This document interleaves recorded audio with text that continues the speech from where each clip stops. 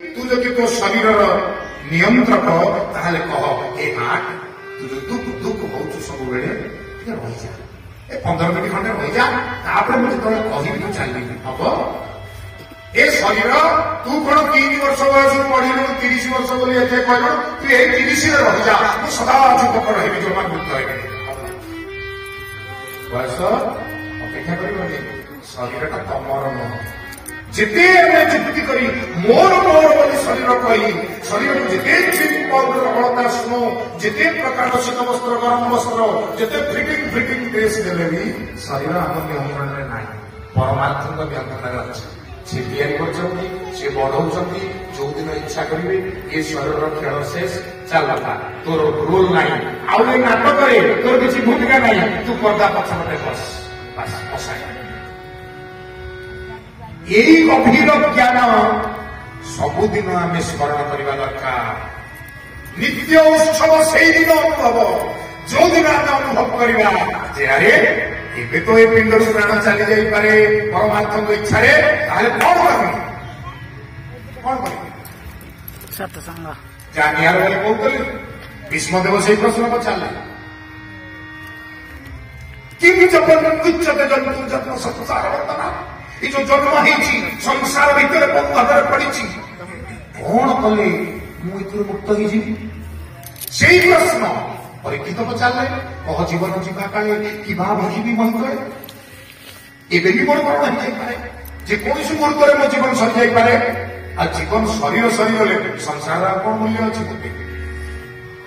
शरीर थी संसार मोर मोर बोली कहूँ मो गोड़ा मो काटे मो चपल शरीर सरीगला नुआ चपल हेल्ले आनी कौन सीटा सांगे देवे कौन तत्व बोले मरीगले तू ही नेबे घोषणा संगे देइथिबे छखंडे बारी मला गला बोली केही न छुइबे जो सांग बहुत कुंडौतला कांदुतला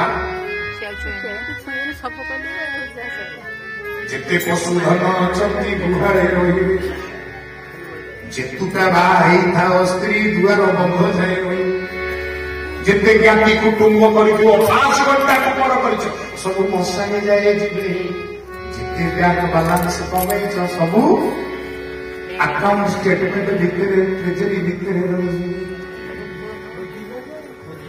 किए जीवे केही जीवे संगे आसीबारे एकारे कुमार बोला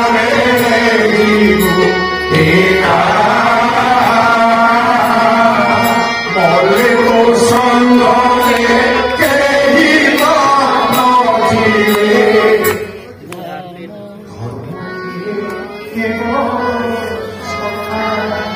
भगवान कहले सर्वधर्म जो धर्म धर्म बोले बुझी धर्म लेखा चर्चा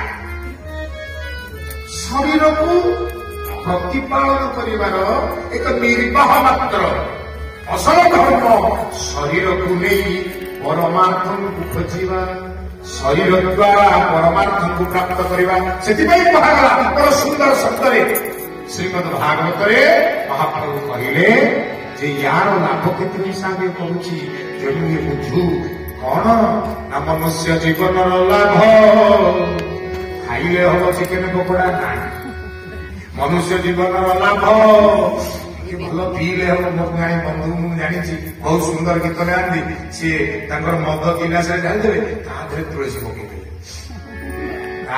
पीले ये कौन देख विचार कौ जाए तुलसी पड़े रंधा खाद्य प्रसाद परिणत मद्य को किसी प्रसाद कले विचार कौन जगन्नाथ चेतना युक्त विचार विवेक कौन एक कथा को मानिब ना आम गुड़ाए एपरी कर्म करुचे जहाँ श्री जगन्नाथ चेतनार अनुमोदन नाही तेणु एगुड़िक ज्ञान एगुड़िक प्रकृत विचारधारा नुहे या त्याग करने पड़े त्याग करने पड़े छाड़ीदेवा पड़े लाभ केतबेले हम ना गोविंदे करे भाव जेबे गोविंदे भाग करी बिंद शब्दर अर्थ होची आनंद गो शब्दर अनेक अर्थ भीतर गोटे अर्थ ए शरीर में प्रभु खंजी थिबा इंद्रिय लालसारे पड़ी मु शरीर को नहीं बाह्या होची इंद्रिय लालसारे पड़ी संसार को नहीं उन्मत्त होची जदि सामूहिक इंद्रिय मान को मु प्रभु को अर्पण करदेली आखि देखिकी खुशी हबू ताले देख देख देख थका मन चाल जीवा देखिवा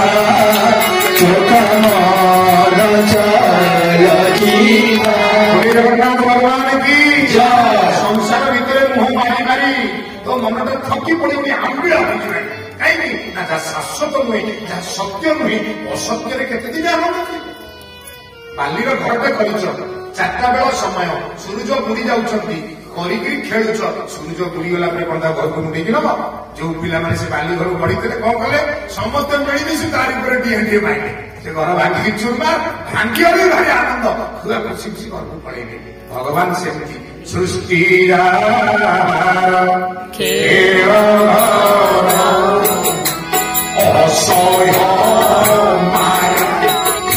असह्य माया गोटे 2टा 5टा हिसाबटा अनकाउंटेबल अगणित माया विस्तार होची आमर चेतना नहीं आम बुझीपर नहीं माया कौटी किपरि अच्छी खेल पूर्ण नाभिवत खेलुए संसारे बोली शास्त्र कहे बुढ़ियाणी किए राति कौन करे ना चारिआड़ को निज पेटू अठा काढ़ी जाल पकड़े पोक मशा माछी सब धरे आहार करे सकाल बेला उल्ट बुले पुणी से अधा जाक पेट को पड़ाए आउ बुढ़ियाणी जाल पकाए भगवान अविकल से बुढ़ियाणी प्रतिरूप निज गर्भरू ये सृष्टि रचना कर बुढ़ियाणी जमी जाल उपर खेलाबुला करे भगवान निजे आसिके संसार खेलुं ये संसार कौन खेलुं चिन्हवा बेसी बाट जावा दरकार नहीं यार भीतर खेलुं आप देखुना गोटे खराब काम करने आपण मन विचार आसतु ठीक भेरी फ्रैक्शन ऑफ नेक्स्ट सेकेंड रे किए गोटे आपण कहीदब एटा खराब काम जी कहूँ जे खराब काम से परमेश्वर परमात्मा एमती तेरे आप गोटे खराब काम करने बाहर आपको चेतई ना भीतर कई जन चेतई सी हूँ जगन्नाथ चेतना आम से चेतनार आह्वान को कौन देखा कर आमर निजर अधिक लोभ आ लाभ आशारे आगे माड़ी जाए कि आ भीतर बस 2 जन से एकादश स्कंद बड़ सुंदर शब्द आमको जे कहले एकोणी दुखी पक्षी दुई बसंती प्रिय जीव आ परम रूप 2 जन या भीतर बसुंट ये शरीर रूप को जो दिन एक कथा को बुझा आगे कौन प्रभु को छाड़ी जापर ना प्रभु छाड़ी जा सबु बेले आम सहित बार बार से अच्छा सब मुहूर्त अच्छा सुख कौन दुख कौन जानुंट भल कौन मंद कौन जानुंट आम भावुचे आमर ये दरकार अच्छे आशा निराशार मायाजाल भितर आम छटपट होचे घर या भावुचे पैसा जुटे छात लेवल जाए घर छातटा पकई पारे मनटा अवसन्न हो जाए झीटा को 22-24 चलला मन चाहूबा बर मिलूनी खाली मुंड बढ़िया इच्छा होची पड़िशा घर झील बाहर अधानगर झील 20 वर्ष बयस बाहला तार गोटे पिला मो झीटा भल टैलेंटेड देखा सुंदर किए जी जन्म जी परमार्थ बोली परिकल्पना कर जगत से समस्त सब खंजी जहाँ जहाँ बराद कर जहाँ जे पड़ी करम खंजित करी कराउछ जहाँ जे पड़ी करम खंजित करी कराउछ हरि भोजन कौली भोजन देवारे भोजन कौली भोजन देवारे कौन यार अर्थ है श्री जगन्नाथ चेतना कहे जे महाप्रभु नित्य मंगल नित्य स्थलो नित्य सख्यो नित्य श्री श्री बोले सौंदर्य युक्त हुई रुग्ण है नहीं रुग्णा है सौंदर्य युक्त हम कि भगवान जगत रोगयुक्त कर रखा इच्छा करना समस्ते सुस्थ रुहतु सर्वे भवन्तु सुखीन भगवान परिकल्पना नित्य मंगल से होती दाता किंतु एति कहीं पहाड़ खाल उच्चा नीचा भल मंद जुआर भटा कहीं ना जीवन कर्म हो जाए छोटिया उदाहरण गाँव में रिलीफ बंटा बन्या पर रिलीफ आसी घर पिछा 50 किलो चूड़ा दिया मु जाइए घर कथा करने तो प्रवचन आम कहते आम कि प्रवचन प्रवचक होती पूज्य व्यासदेव जी महाराज वशिष्ठ जी महाराज जो मैंने श्री जगन्नाथ चेतना को अंतकरण धरी महाप्रभु भाव घटुले आम तो तार खाणी सुताए सुताए सुताए बिंदु बिंदु बिंदु आम कथा का प्रभु कथा कही से आनंद पाची बापा मैंने भल कर बुझ मुझे कथा करने मो घर मो स्त्री कहला अरे आम चूड़ा आउ किए नहीं मो पुओ गला पुओ को 12 वर्ष बयस शरीर पार्थ सारथी देले ना ये शरीर जो हरिकथा कह उत्तर स्पष्ट जो शरीर हरिकथा कहूँ सी मान्य पाई मुझे अहंकार कर देखरे किड़े बढ़िया कहला वाला तो मोटो रजनीगंधा मिलला बढ़िया भाषा शरीर यार ना हला अहंकार मनीष मनर विचार जिते बेले परमार्थ युक्त हुए नहीं सेते बेले कभी भल भी बुझ मनीष मनर विचार जिते बेले परमार्थ युक्त हुए नहीं सेते बेले मुकार कर्तृत्व आम भितर सृष्टि हुए मु निजक कर्ता बोली भावे मु कहूची मु गाऊची मु लिखुची मु छुआ जन्म करी मो छुआ को इंजीनियर करदेली मो छुआ को बैंक मैनेजर करदेली मो छुआ को नहीं 3 महला कोठा करी मु सब करुची बोली केमिति गोटे गुलुगुलिया खुशी मन को आसे चिंता कर घरटा जिते या रंग हम और प्रतिष्ठा को आम 5 जन को डाकिथवा से आम मन स्थिति कौन भल विचार कर आगे आसुना डिस्टेम्बर आएगा सी अमुक कंपानी अरे से कौन कंपानी खोजिला किंतु आम या द्वारा निज अहंकार को प्रतिष्ठा करछे देख मुझे खर्चा कर बढ़िया घर कर मार्बल मार्बल इटाली ये मिलूँ ये कथा को विचार जो मूर्धन्य प्रतिभा ये जन ये बसी 70 मसीह आज 70 वर्ष पारे से भावर वार्ता को मन से आंदोलन आसला आम तो बाणी कहूँ आम बाणी से प्रेरणा राति राति पूज्य साधारण संपादक घरे रही विभिन्न कथा संपर्क में चर्चा कर विभिन्न कथा लिखी से कथा सब बोले आसी भितर को से गुरु जो बाणी कहूँ आम से प्रेरणा जगन्नाथ महाप्रभु निर्देश वाणी सशक्ति बल से वाणी परिवेशन केवल कर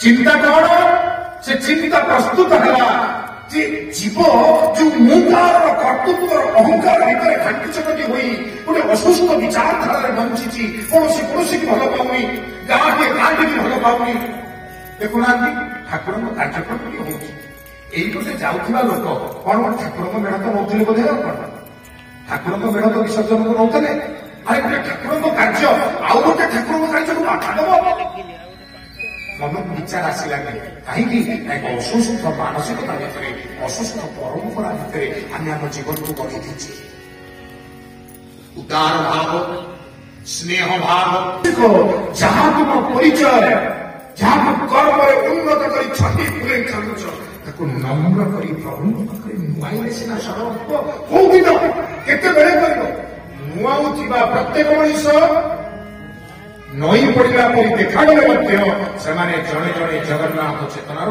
वैशिष्ट योद्धा से ही सुस्थ समाज गढ़े आमर लक्ष्य सुस्थ समाज ବାଟଟା କଣ? ଏଇ ନରସିଂହପୁର ଦାଣ୍ଡ ବାଟ ନା ଶ୍ରୀକ୍ଷେତ୍ରର ରାଜଦାଣ୍ଡ ବଡ଼ଦାଣ୍ଡ? ନା ନା, ଆର୍ଷ ଋଷିମାନେ ମହର୍ଷିମାନେ ଶିଖେଇ ଦେଇ ଯାଇଛନ୍ତି ସେ ବାଟର ନାଁ ହେଉଛି ଆର୍ଯ୍ୟ ପଥ। ଯେଉଁ ପଥରେ ଶରୀରକୁ ମୂଳଦୁଆ କରି ସଂସାରକୁ ସାଧନର ଦ୍ରବ୍ୟ କରି ପରମାର୍ଥ ପ୍ରାପ୍ତି ପାଇଁ ପ୍ରତ୍ୟେକ ଦିନ ପ୍ରତି ମୁହୂର୍ତ୍ତରେ ଚେଷ୍ଟା କରାଯାଏ। ଯେଉଁଠି ଗ୍ରହଣୀୟତା ଅଛି ସବୁ ଭଗବାନଙ୍କର, ମୁଁ ବି ଭଗବାନଙ୍କର, ତା ମୋ ଭିତରେ ଫରକ କିଛି ନାହିଁ। ସିଏ ମତେ ସବୁବେଳେ କୃପା କରୁଛନ୍ତି, ପ୍ରତ୍ୟେକ ଦିନ ପ୍ରତି ମୁହୂର୍ତ୍ତରେ ମତେ ଚାହିଁ ରହିଛନ୍ତି। ମୁଁ ଯାହା କରୁଛି, ଯାହା କହୁଛି, ଯାହା ମନରେ ଚିନ୍ତା କରୁଛି ସବୁ ତାଙ୍କ ଦ୍ୱାରା ପ୍ରଭାବିତ, ମୁଁ ତାଙ୍କ ପ୍ରତି ସମର୍ପିତ। ଇଏ ହେଲା ଆର୍ଯ୍ୟ ପଥ। ଏ ଆର୍ଯ୍ୟ ପଥ ତ୍ୟାଗ ଉପରେ ନିର୍ଭର କରିଛି। କଣ ତ୍ୟାଗ କରିବ ମଣିଷ? ଶୀତ ହଉଛି ପାଖରେ ଶୋଇଥିବା ବୟସ୍କ ଭାଇ ଜଣକୁ ଯଦି କେହି ଜଣେ ଶାଲ ଦେଇ ନିଜେ ଶୀତକୁ ସହିପାରିଲା, ଆମ ଚାର ପିଲାମାନେ ସେୟା କରନ୍ତି। ଭଲ ଜାଗାରେ ଟିକେ ବୁଢା ମଉସା ବୟସ୍କ ମାନଙ୍କର ମଝିରେ ଶୁଆଇ ଦିଅନ୍ତି। ପିଲାଦିନ ଆମେ ଦେଖିଛୁ ନା, ନିଜେ ଟଗର ଗଛ ମୂଳେ ଶୋଇଛୁ, ଜରି ପକେଇ ଶୋଇଛୁ। ଘରକୁ ଯାଇକି ଟିକେ ଆମର ଟିକେ ଯଦି କିଏ ଆମ ଚଳଣି ଦେଖିବାକୁ ଇଚ୍ଛା କରେ ତାହେଲେ ଦେଖି ଜାଣିପାରିବ ଆମେ କିଭଳି ଚଳୁଛୁ। କିନ୍ତୁ ଯଦି କେହି ଭାବେ ବୋଧେ ସେମିତି କିଛି ନାହିଁ, ଟଗର ଗଛ ମୂଳେ ଜରି ପକେଇ ଦେଲେ ଶୋଇ ପଡୁଛନ୍ତି, ଭୁଲ ଭାବୁଛନ୍ତି। ଇଏ ହଉଛି ଏକ ଅପୂର୍ବ ସାଧନା। ପାଦରେ ଚାଲିବା, ଚାଲୁ ଚାଲୁ ପ୍ରଭୁଙ୍କ କଥା କହିବା, ବହୁ ବହୁ ପ୍ରେମରେ ନାଚି ଉଠିବା, ପ୍ରେମରେ ନାଚି ଉଠି ଶୀତ ଖରା ବର୍ଷା ଏ ଦେହ ସହିବ। ଏ ଦେହ ଥିଲେ ସର୍ବ ପାଇଁ ସବୁ ମିଳିବ। ଏ ଦେହକୁ ମାଧ୍ୟମ କରି ମିଳିବ, ଦେହ ଚାଲିଗଲେ ମିଳିବ ନାହିଁ। ଦେହ ଚାଲିଗଲେ ଆଉ ବିଚାର କଣ ଅଛି? ତେଣୁ ଏ ଦେହକୁ ମାଧ୍ୟମ କରି ପ୍ରଭୁଙ୍କୁ ପାଇବାକୁ ହେଲେ ତ୍ୟାଗ। ଆମେ ଗୁଡ଼ାଏ ଭୋଗ ବିଳାସର କଥା କହୁଛେ, ସେଇଗୁଡାକ ଛାଡ଼ିଦେବା ତ୍ୟାଗ। ଯେମିତି ଛାଡ଼ ଖାଇବା କଥା କହୁଥିଲେ, ମାସେ ସାରା ଧର୍ମ କରିବି, ସବୁଦିନ କିନ୍ତୁ ହିସାବ କରୁଥିବି କୋଉ ଦିନ ତାରିଖଟା ପଡିବ। ସେ ଅସୁସ୍ଥ ଭାବକୁ ତ୍ୟାଗ କରି ଜଗନ୍ନାଥ ଯେମିତି ତମକୁ ଆଦରି ନେଉଛନ୍ତି, ଆକର୍ଷି ନେଉଛନ୍ତି, ଆଲିଙ୍ଗନ କରି ନେଉଛନ୍ତି, ତମେ ବି ଗୋଟାପଣେ ଆଲିଙ୍ଗନ କରି ଆଣି ଭିତରେ ବସେଇ ଦିଅ। ନହେଲେ କେମିତି? ଜଗନ୍ନାଥ ସ୍ୱାମୀ ନୟନ ପଥଗାମୀ ଭବ ତୁମେ। ଜଗନ୍ନାଥ ମନ୍ଦିର ଭିତରେ ପୁରା ଛାତି ଛାତି ଠେଲା ପେଲା ଭିଡ଼ ଲାଗିଛି, ତା ଭିତରେ ପଶିବ କେମିତି? ଫାଙ୍କା ଟିକେ ପାଇଲେ ନା। ମହାପ୍ରଭୁ ଦେଖୁଛନ୍ତି ୟା ଭିତରେ ତ ଅନେକ ପ୍ରକାର କଳମସ କୁଚିନ୍ତା ମାନଙ୍କର ଭିଡ଼ ଠେଲା ପେଲା, ମତେ ଜାଗା ନାହିଁ, କିନ୍ତୁ ବଡବାଟିକୁ ଡାକୁଛି ପଶି ଆସ, ଆଖି ବାଟି ଓହ୍ଲେଇ ଆସ, ହୃଦୟରେ ବସିଲା। କୋଉଠି ବସିବି? ହୃଦୟଟା ଫାଙ୍କା ଥିଲେ ତ ଖାଲି ଘୃଣା, ମାୟା, କ୍ରୋଧ ଏଇଟାକୁ ଭର୍ତ୍ତି କରି ରଖିଛୁ, ସବୁ ଖାଲି କରିବି। ସେଇଗୁଡ଼ା ହେଲା ତ୍ୟାଗ। ସେଇଟା ହଉଛି ତ୍ୟାଗ ପଥ। ତାକୁ ଛାଡ଼। କାହାର ନାହିଁ ବୋଲି ନୁହେଁ, ମୋର ବି ନାହିଁ ଏକ ଧର୍ମ ଆଜ୍ଞା। ହଁ, ପ୍ରବଚନ କରିବାକୁ କୋଉଠିକି ଗଲେ ମଞ୍ଚକୁ ଟିକିଏ ପୁରା ଏପଟ ସେପଟ ହେଇଗଲା, ତାରା ଚଳିଲା। ଆପଣମାନେ ଭଦ୍ର ବି ଜାଣିନାହାନ୍ତି, ଆପଣମାନେ ବ୍ୟବସ୍ଥା କରି ଜାଣିନାହାନ୍ତି, କେମିତି କଥା ଶୁଣିବେ, କେମିତି କଣ ଶୁଣିବେ? ଆପଣ ବ୍ୟାସାସନରେ ଯାହାକୁ ବସୁଛନ୍ତି ତାଙ୍କୁ କଣ ମାନ୍ୟତା ଦେଲେ? ମୋର ଖାଲି ନୁହଁ, ଅନେକ ବକ୍ତାଙ୍କର ହଉଛି। ଛାଡ଼ିନାହାନ୍ତି।